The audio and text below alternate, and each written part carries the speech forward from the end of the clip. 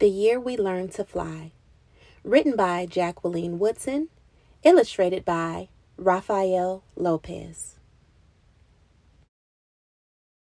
That was the year we learned to fly. That was the spring when the rain seemed like it would never stop, and the thunder boomed so hard we weren't allowed to go outside. Use those beautiful and brilliant minds of yours, my grandmother said.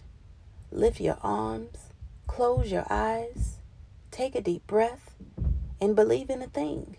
Somebody, somewhere, at some point, was just as bored as you are now. So, my brother and I closed our eyes, and for a few minutes that first day, we weren't stuck in our apartment anymore.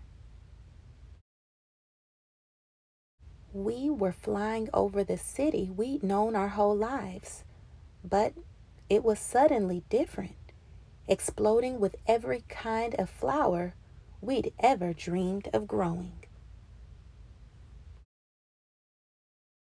That was the summer we learned to fly, when my brother and I couldn't stop fussing with each other over whose turn it was to wash the windows, to feed the dog, to clean the kitchen.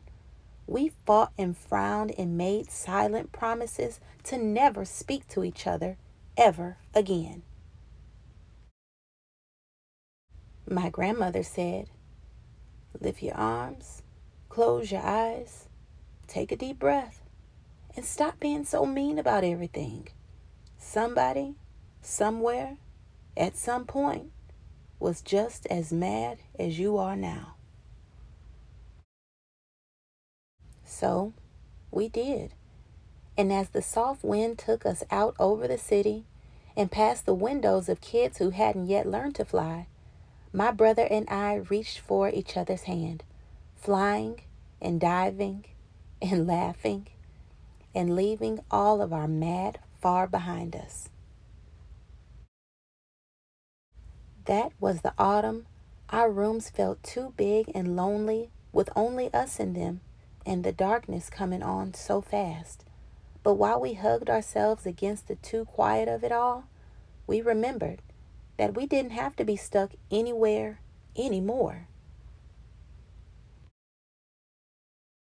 My grandmother had learned to fly from the people who came before. They were aunts and uncles and cousins who were brought here on huge ships, their wrists and ankles cuffed in iron. But my grandmother said, nobody can ever cuff your beautiful and brilliant mind. So, our people learned to fly, she said. They dreamed a thing and made it happen, closed their eyes, and flew away home. Lift your arms, my grandmother said. Close your eyes and remember, somebody, somewhere, at some point, had to figure out they could fly. That was the winter we moved away from the building and the block and the friends we'd always known,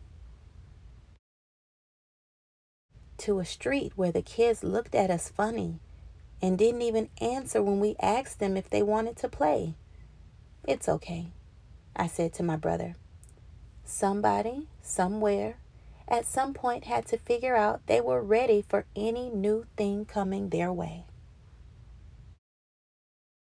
So, like the people who came before us, we lifted our arms even higher, closed our eyes even tighter, breathed in even deeper, and flew the way we'd always known how to, free as the aunties and uncles and cousins who'd come before us, free as our own beautiful and brilliant minds. For a long time, the kids on the ground watched us. Then, one by one, they lifted their arms. One by one, they too learned to fly. Hey friends, it's me, Miss Olivia, Thank you so much for listening in to the Year We Learn to Fly.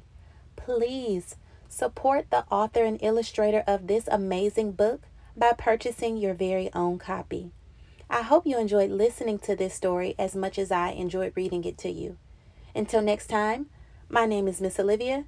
This is Miss Olivia Reads, and I cannot wait for you to join me for another reading adventure very soon. Bye, friends.